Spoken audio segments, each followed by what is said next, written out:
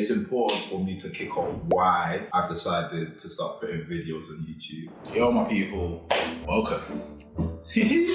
Yo, I like this, you know. This is we're there. Sorry.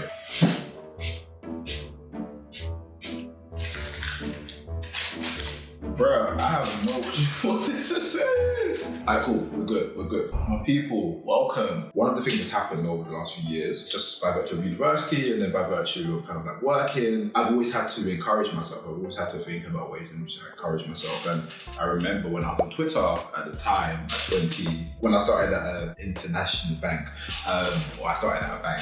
When I was there, one of the things that was quite tough was just kind of like navigating the whole process, trying to learn, trying to kind of like understand who I was in that space and what I wanted to do in the future. And I had no clue, if I'm being super honest. I kind of knew what I was interested in here and there, but I didn't really know. So one of the things that I did to keep myself going was kind of like writing little kind of like memos to myself around Twitter. I called it little man. So I'd always kind of like finish off the sentence, little man, finish off the tweet, little man, put it out there. And what I was doing was basically just recalibrating my mind to kind of like just think long term, to think about certain principles that had carried me up until that point that I wanted to kind of maintain. But yeah, so after that, it was something that I just kept doing, kept on organizing myself. And people resonated with it. That was the interesting part. So people would hit me up and be like, yo, like bro, like I've turned on notifications for your tweets, or someone would DM me and be like, yeah, like I actually appreciate you kind of doing that because I've gone through a similar time and those tweets have really been encouraging me. I was like, oh wow, that's really cool. And I appreciate that chance. Or just I appreciate that kind of like encounter, and I appreciate that it resonated with you, because that was literally meant for me. So yeah, and then obviously fast forward, I left banking, I left finance, and I was kind of like figuring out what I wanted to do. I now work in like tech, blockchain tech now at the moment. So yeah, so working there, just trying to understand. But at the time when I was transitioning out of finance into tech, I wrote a piece called Roll the Dice. Yeah, so I wrote a piece called Roll the Dice. And in Roll the Dice, it was basically just an idea of where I had come from, my context, and why my context was really important for me making this transition. I had kind of like been very public, especially to kind of the younger people in my life, about why I was kind of transitioning to finance. So I told them the opportunity to be public about why I was now transitioning out. So I wrote that piece. I'll put the link in below the video so that you can see it and reference it. And yeah, like it resonated. Obviously, I'll probably do a year video soon about kind of like a year on from rolling the dice and just continually rolling the dice. Continually rolling the dice. And then yeah, we'll just catch up on that point. Yeah, so that was the main idea behind Roll the Dice. And it was really nice to just hear everyone's reception and what everyone thought about it. That was really cool. I appreciate that it encouraged you, mainly meant for me. And so it was nice to kind of hear that it resonated well with you guys as well. But today, yeah, so I just want to get into it quickly. So there's 3 points I'm going to try and build out. I hope it's of value. And to be fair, one of the things that I'm going to do on this channel is also like accountability for myself, right? So when I say these things, it's also a reminder for me to remember these are important and that I actually have to kind of take action on these in my life, or just remember them as well. So the first one is have a mentor. And I say have a mentor is super important because wherever we are, especially in our careers, in our lives, we're not as young as we thought we was, right? We're not teenagers. We're not like, oh yeah, cool. So there's a level of responsibility that we still need to have, that we still need to understand, that we still need to navigate. But in the grand scheme of things, like taking into account like average life expectancy, kind of like if you're in your 20s, even early 30s, we're super young, like super young. So there's also an important dynamic there that needs to be based in humility, I think, where we're just kind of like trying to engage with people who are older than us, whether that's 5 years, 10 years, 15 years older than us, just to learn some of their experiences. Because I'm not too sure if it's the same view, but I remember when my mom would say, you think I was young. You think I wasn't young. And that's true, right? Like our parents have been young ones, right? They were in similar situations to us. So there's always wisdom that we can glean from them and from others. And the way in which I go about having a mentor is that I have mentors in different aspects of my life that I kind of try to either kind of like afar or relatively close. If they're close, then I try to meet up with them, try to have dinner, try to speak to them on the phone. Sometimes some of them, and they know who they are, like I just message them. I'm like, yo, I need help with this. And when they can, they get back to me. And it's always helpful, kind of like just remembering and thinking about what they said. And then some that are far, like it's just like fellow YouTubers, people on YouTube, people's books that I've read and that resonate with me. um, artists, like, yeah, people that I kind of like look up to and admire in certain forms and across kind of like certain ideas and industries. And I think that's super important. I think what you should do after this is just to write down on the list like people that inspire you up close and like afar. And from that list, you can be able to kind of like, if they're afar, you can read their books, you can listen to their interviews, you can think about kind of even cold emailing if that's interesting to you, cold DMing, cold LinkedIning.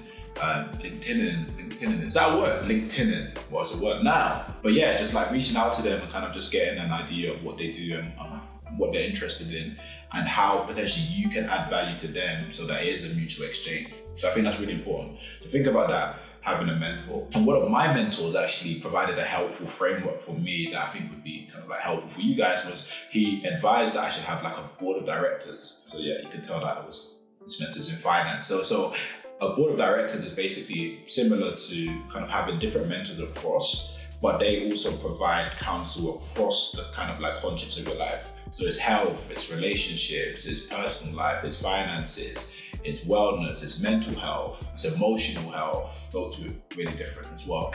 So yeah, just having that context is super helpful, and then you'll be able to kind of progress. The second is important, and it's important for me. So Victor, this is for you. Be impatient in the short term, but patient in the long term. And that's super important because, for example, this video, yeah, I had procrastinated for like a week. I'm like, no, I'll do it. One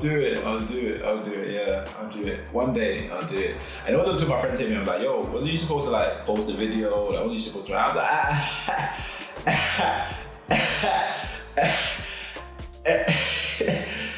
yeah, I was supposed to.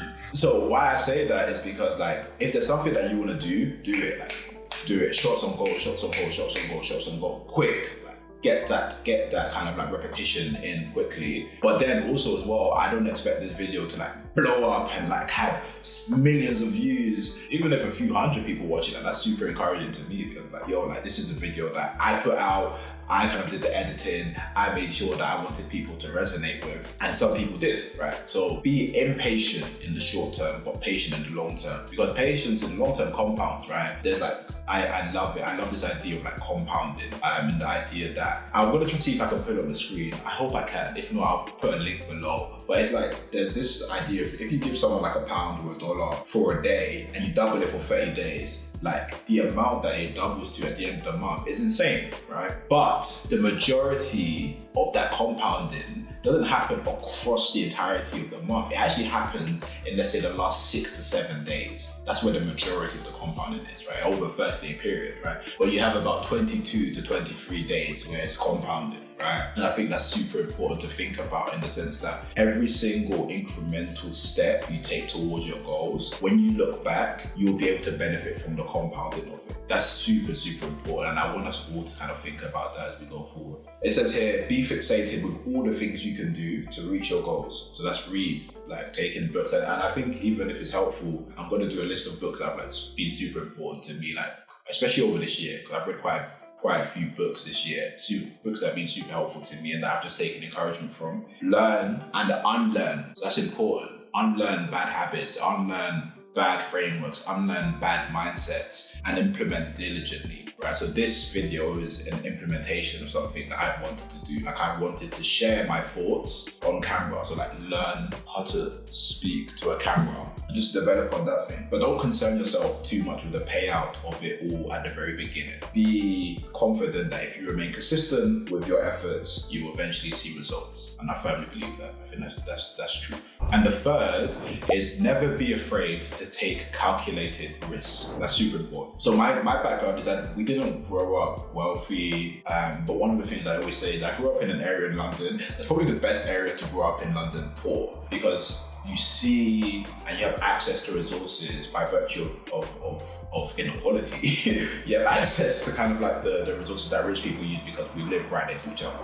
And by virtue of that, I was able to understand the rules of engagement in the world quite quickly. And I was understanding that like risk and reward are two of the same thing, right? So the more risk you take, the higher chance of reward. The less risk you take, the lower the chance of reward. So I've always optimized in my life to be in a position where I can take risk. But then knowing the fact that I don't really have kind of like a safety net, I also have to be very wise in the way in which I take risks, right? So I have to be very calculated, try and build a buffer, try and build a cushion, then take a risk. Reframe everything, kind of come back to base camp, set up again, kind of like get my resources ready, and then go again, if that makes sense. So I think that's super important as well. Never be afraid to take calculated risks. And I think also as well, like there is no fun or joy or experience worth sharing inside your comfort zone. You won't even feel confident sharing it with someone else because you know deep down, I could process more, I could do more, I could do better in that front. So it's the idea that when you leave your comfort zone, that's where all the fun is to be had. And I say fun, like meaning fun, like actual fun.